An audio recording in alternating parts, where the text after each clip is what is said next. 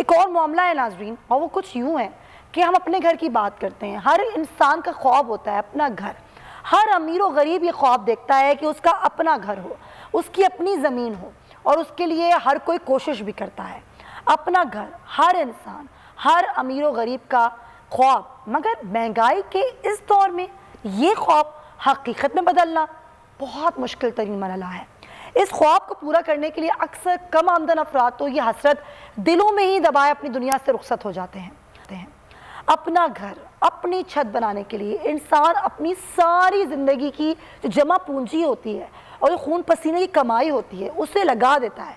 इस ख्वाब को पूरा करने के लिए अक्सर लोग अपनी बीवी बच्चों से दूर परदेश में जाकर नौकरी करते हैं और एक एक पाई ये सोच कर जोड़ते हैं कि अपने वतन में ज़मीन का एक छोटा सा टुकड़ा भी अगर मिल जाए तो ख़रीद कर अपने घर वालों के लिए एक आशियाना बनाए।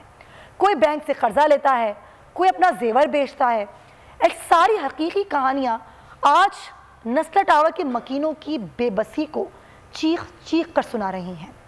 अदालत ने नस्ला टावर के मकीनों की तमाम दरख्वास्तें मुस्तरद करते हुए एक ही हफ्ते में नस्ला टावर को गिराने का हुक्म दिया। एक जाने वजीर आज़म पाकिस्तान जनाब इमरान खान की जानिब से 50 लाख घर देने के वादे किए गए थे। दूसरी जानिब नस्ला टावर के 150 खानदानों को बेघर करने के लिए मुख्तलिफ हरबे इस्तेमाल किए जा रहे हैं। बिल्डिंग की बिजली मुनक़ता कर दी गई है, गैस की लाइन काट दी गई है, पानी की फराहमी मुअत्तल कर दी गई है। अदालती हुक्म के मुताबिक ज़िला इंतज़ामिया से लेकर आला इंतज़ामिया तक का हर इदारा इस बिल्डिंग को गिराने के लिए फ़ाल हो चुका है। मगर नाज़रीन, सवाल ये है कि ये सारे इदारे उस वक्त कहाँ थे जब ये बिल्डिंग बनाई जा रही थी कि नस्ला टावर की बुलंद इमारत रातों रात तामीर हो गई। नस्ला टावर का 780 गज का प्लॉट सिंधी मुस्लिम सोसाइटी का सन 1951 में अलॉट किया गया था। चीफ कमिश्नर कराची ने 1957 मज़कूरा प्लॉट में 264 गज के इजाफे की मंजूरी दी थी। अलॉटमेंट लेटर में शारा फैसल की चौड़ाई 280 फुट दर्ज थी। शारा फैसल की मौजूदा चौड़ाई 240 फुट है। नाजरीन, 1980 में शारा फैसल के दोनों जानिब 20 फुट का रकबा था जो प्लॉट्स में शामिल किया गया। शारा कायदीन फ्लाईओवर की तामीर के दौरान मजीद 77 फुट रकबा मज़कूरा प्लॉट में शामिल कर दिया गया। उसके बाद इसका इजाफा किया गया और प्लॉट को बढ़ाकर 1121 मुरब्बा गज का कर दिया गया। सवाल ये है कि सब कुछ जब किया जा रहा था उस वक्त हमारे दायरे रहे थे। आज ये लोग कहाँ जाएंगे, किधर जाके अपना सर छुपाएंगे, किस किस तरह अपना घर बनाया होगा। अभी वहाँ पर क्या सूरत हाल है? नस्ला टावर के बाहर हमारे नुमाइंदे मोहम्मद सलीम मौजूद हैं, उनसे वहाँ की सूरत हाल जानते हैं। सलीम, आप लोग सुबह से यहाँ पर रिपोर्ट कर रहे हैं, ज़ाहिर अब तो हुक्म आ गया है, बिजली भी काट दी गई, गैस भी काट दी गई, पानी की लाइन भी काट दी गई। क्या सूरत हाल देख रहे हैं अभी आप यहाँ पर? सुमैया जो है वो अदालती अहकामात के मुताबिक नस्ला टावर को गिराने की तैयारियां जो है वो तकरीबन मुकम्मल हो चुकी हैं। जैसे आपने बताया कि पानी, बिजली और गैस की लाइनें काट दी गई हैं। अब इस नस्ला टावर की बिल्डिंग में जो है वो ना तो पानी की फरहमी है, ना तो गैस आ रहा है, ना ही जो है वो बिजली की जो है वो फरहमी हो रही है। मैं इस वाले से आपको बताता चलूँ, रिहायशी जो है वो सरापा एहतजाज हैं। रिहायशियों से जो है वो इज़हार यकजहती के लिए मुख्तलिफ सियासी समाजी शख्सियात भी यहाँ पर पहुँच हैं, जिसमें जो है वो MQM रहनुमा आमिर खान, साबिक मेयर वसीम अख्तर और ख्वाजा इज़हार हसन, PTI की MNA हैं आफ्ताब सिद्दीकी समेत जो है वो दीगर सियासी रहनुमा यहाँ पर पहुँच रहे हैं और नस्ला टावर के मकीनों के साथ इज़हार यकजहती कर रहे हैं। इस हवाले से जब हमारी नस्ला टावर के मकीनों से बात हुई तो उनका ये कहना था कि जो है वो जमा पूंजी ज़िंदगी भर की लगाकर जो है हमने फ़्लैट्स यहाँ पर ख़रीदे थे और उनके ख़िलाफ़ कार्रवाई नहीं होती। जिन्होंने इसकी अप्रूवल्स दी थी, हाइट अप्रूवल दी थी और जिन्होंने नक्शे पास किए थे, अखलाकी तौर पर उनके ख़िलाफ़ कार्रवाई होनी चाहिए। उन्होंने कहा कि अदालती अहकामात को हम जो है वो उनका एहतराम करते हैं। एहतराम करते हुए अदालत को ये भी अहकामात देने चाहिए थे कि सिंध हुकूमत को बाउंड किया जाए कि इनको जो है वो अल्टरनेट ऑप्शन दिया जाए और इनको अल्टरनेट जगहों पर जो है वो रिहाइश का बंदोबस्त किया जाए। मेरे साथ इस वक्त चेयरमैन आबाद मौजूद हैं, मोहसिन शेखानी साहब, उनसे जो है वो थोड़ा सा जानने की कोशिश करेंगे कि उनका क्या कहना है। सर, आप जो है वो इस बिल्डर्स यूनियन को लीड करते हैं, तो आप इस पर जो है है वो सुप्रीम कोर्ट पर, आप सुप्रीम कोर्ट में आपने पिटीशंस या दरख्वास्तें दायर की होंगी, इस पर आपका बिल्डर्स एसोसिएशन का क्या मौक़िफ़ है? और अगर इस तरह की बिल्डिंग्स बनती हैं तो उससे पहले आपकी क्या फॉर्मेलिटीज़ होती हैं जो आप पूरी करते हैं?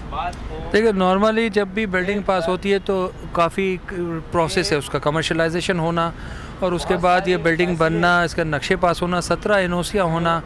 इसमें बेसिकली जो चीज़ें सिंधी मुस्लिम सोसाइटी, उसको हमने बुलाया ही नहीं कोर्ट ने। जब हमने कहा इनको बुलाएं, और जिन्होंने अप्रूवल किया है उनको बुलाएं, तो वो लोगों को नहीं बुलाया गया। अगर वो बुलाएंगे तो पता चलेगा किसकी गलती है, वो इदारे बताएं। जिन्होंने गलत किया उनको कोई सज़ा नहीं है।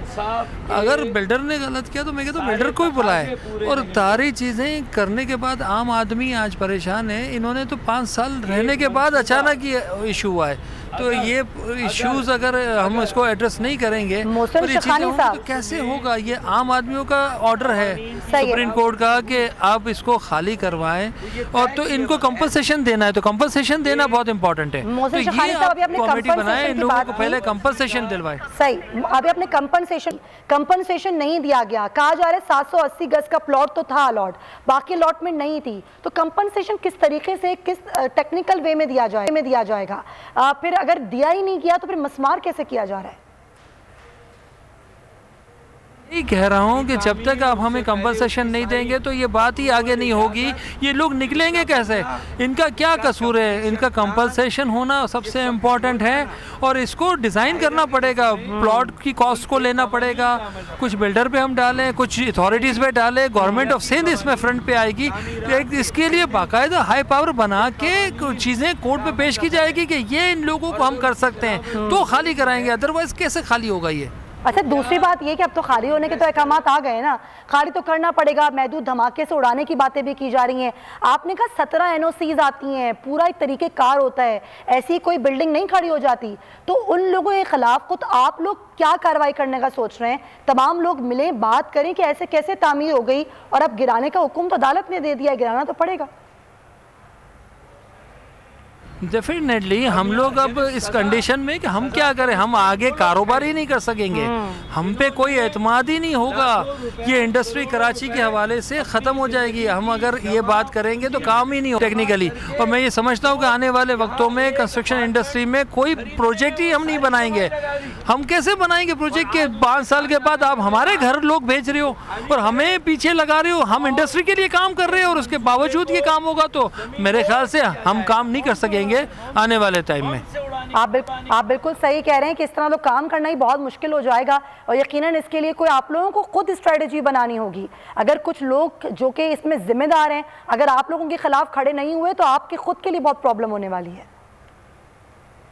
देखिए, हम इसीलिए खड़े हुए हैं कि ये इंडस्ट्री का मसला है, ये कराची का मसला है, ये पूरे इकोनॉमी का मसला है मुल्क की। अगर आप लोग इस तरह हम लोग काम नहीं करेंगे तो काम ही नहीं होगा। तो हमें डिसाइड करना पड़ेगा कि या तो कोई पॉलिसी है कि हम नहीं काम कर सकते तो यहाँ बंद कर दें, पंजाब में काम करें, हम और जगह काम करें, लोग चले जाएंगे। इन्वेस्टर तो जहाँ एनवायरनमेंट होता है वहीं काम करता है। डेफिनेटली अगर एनवायरनमेंट नहीं दिया जाएगा, साजगार माहौल नहीं होगा काम करने का, तो लोग कैसे काम करेंगे? बहुत शुक्रिया आपका मोहसिन शिखानी साहब। मोहम्मद सलीम हमारे नुमाइंदे मौजूद थे तमाम तर सूरत हाल पर।